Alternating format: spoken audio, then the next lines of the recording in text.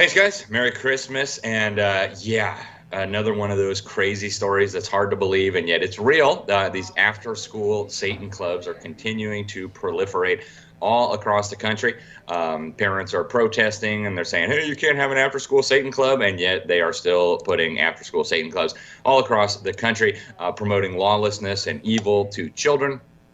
Pretty amazing that you already have these after-school Satan clubs in states and districts around the country. The Satanic Temple, which oversees them, is working to get them into every little nook and cranny where Christians might be gathering to study the Bible or something like that. So anyway, this has been a discussion for some years now, but it just popped back into the news because of what's going on in Virginia, in the Chesapeake, Virginia district. People are really upset now that an after-school Satan club is trying to pop up at the B.M. Williams Primary School. So there's been a big controversy in this district. Parents have been speaking out. I want to show you guys a little clip of that, and there's been some back and forth. The original sponsor actually ended up withdrawing from the application, and so they had to find another one. But check out this quick little newsreel about what's been going on there.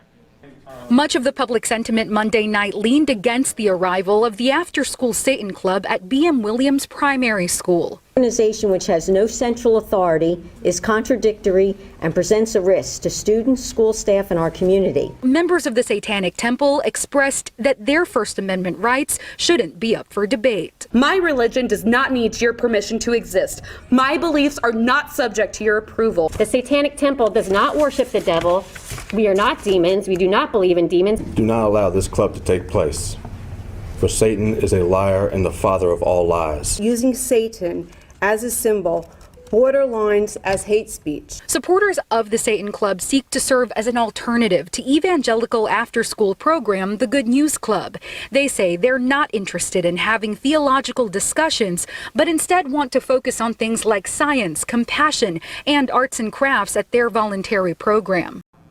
Yeah, those are all things we associate with Satan, science and compassion, right? I mean, oh man, this is just unbelievable. So these clubs for the father of lies, the prince of demons, they claim they're not recruiting children, and yet they're recruiting children. They're saying, oh, we're going to do arts and crafts, and we're going to do intellectual development. And of course, all antichrist as can be. But honestly, we really should not be surprised that this is happening, folks, as our nation moves further and further into the darkness after multiple generations of godless and pagan indoctrination in the government schools. The next logical step is that they just totally come out of the closet and say, all right, we're satanic, okay? Because that's really what's going on here, folks. This is satanic. This does come from the pit of hell, regardless of what these people say about, oh, we don't really believe in Satan. We just want to teach Satan to your children. It's totally, totally ridiculous. Now, similar clubs to this, as I mentioned, have been popping up all over the country, even in really conservative areas, right? Vista Elementary in Taylorsville, Utah, got one like 5 years ago.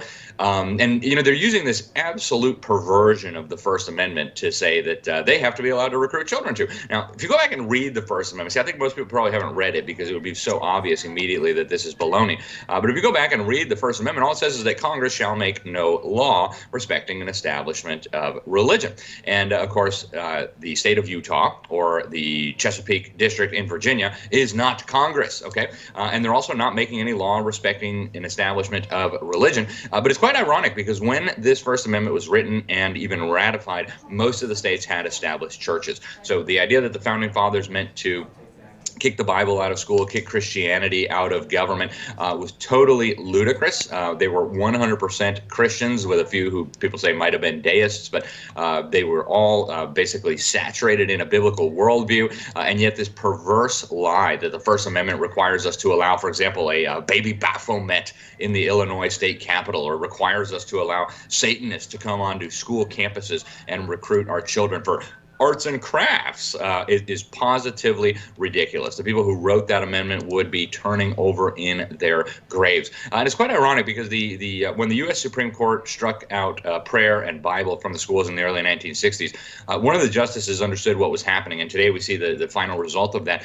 Justice Potter Stewart wrote in his dissent that what was happening here was not the establishment of neutrality with respect to religion, but rather the establishment of a religion of secularism, or as John Dewey would have known it, the religion of humanism, which, when you boil it down, is really just Satanism, right? I'm my own God, you're your own God. The very same thing that Satan told Adam and Eve in the garden, right? Oh, ye shall be as gods, right? All you got to do is do what I say. So, folks, the government's not going to protect your children from this madness. In fact, the government is encouraging this madness with these lies about the First Amendment and things like that.